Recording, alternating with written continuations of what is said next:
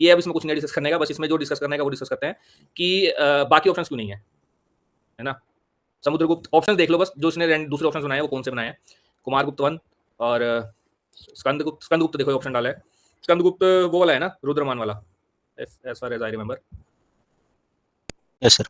अब देखो ये, अब ये मेरी आत्मा बोल रही थी, ठीक है, मेरी आत्मा ने बोल तो दिया, मैं सोचा गलत बोल दिया है तो ठीक है, मेरी लेकिन मैंने बताया ना कि लॉजिकली बोल, आत्मा के बोलने के बाद लॉजिक एकदम दिमाग काम करने लगता है और वो गलत काम करता है, ठीक है। तो मेरी आत्मा ने अगर बोल दिया रुद्रमान है तो फिर वो सही होगा, 100% केसेस में सही होता है, वो रेयरली गलत होता है। बस इसमें तुम ये देख लो कि उसने रैंडम ऑप्शंस बनाता है, उसके दिमाग में क्या ऑप्शंस आ रहे हैं, ये तुमको हेल्प करेगा इन फ्यूचर की स्टैंडर्ड रॉन्ग ऑप्शंस या स्टैंड, जैसे हमने एक शेड्यूल 7 बताया था, देखा था, जस्ट ऑब्जर्व करें तो उसी पेपर में 2 क्वेश्चन 3 क्वेश्चन लाइन से मिल गए थे हमें 2020 के पेपर में। शेड्यूल 7 एक रॉन्ग ऑप्शन बनाता है वो, है ना?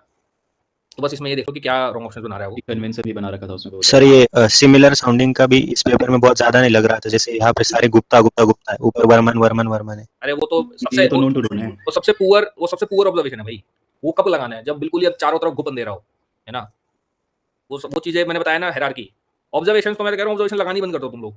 सबसे पहले तो नॉर्मल प्रोसीजर से जाओ। तो जैसे समुद्रगुप्ता इस ये टाइम रॉन्ग दिया है और एक और टाइम रॉन्ग दिया था, वो अशोका वाला क्वेश्चन था ना। यस यस, सही बात बोल रहे हो। तो और wrong- दूसरी चीज जो है ना, तुम ये भी सोचो कि जो सिमिलर साउंडिंग है, मैंने कई बार तुमको बताया, सिमिलर साउंड 2021 का पेपर था, पता नहीं कौन सा पेपर था, मल्टीपल टाइम्स मैं बता चुका हूँ, सिमिलर साउंडिंग ऑप्शंस के अंदर नहीं लगता, सिमिलर साउंडिंग स्टेटमेंट्स के अंदर लगता है। मल्टीपल बात, बहुत बार, कम से कम अब तक 10 या 12 बार इस बात को मैं मतलब बता चुका हूँ तुम लोगों को।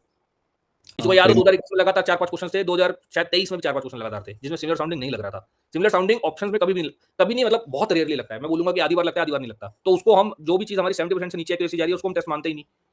तो मैं सिमिलर साउंडिंग ऑप्शंस में तो कभी देखता ही नहीं। ऑप्शंस में मैं तभी देखता हूँ जब मेरे को बिल्कुल मैं फंस गया हूँ, है ना, जब 2023 जैसा सिचुएशन हो गया है कि अब मेरे को दिख रहा है कि वैसे नहीं क्लियर हो रहा मेरा जब हो ही नहीं रहा क्लियर तो क्या फर्क पड़ रहा है, मार दो तुक्का, समझ रहे हो? लेकिन अब मेरे को पता है कि ये पहला पेपर अभी तक जिस हिसाब से हम चल के आ रहे हैं 12 क्वेश्चन पे, मेरे को लग रहा है बनाने वाले पेपर, इस पेपर में तो सिलेक्शन हो रहा है मेरा।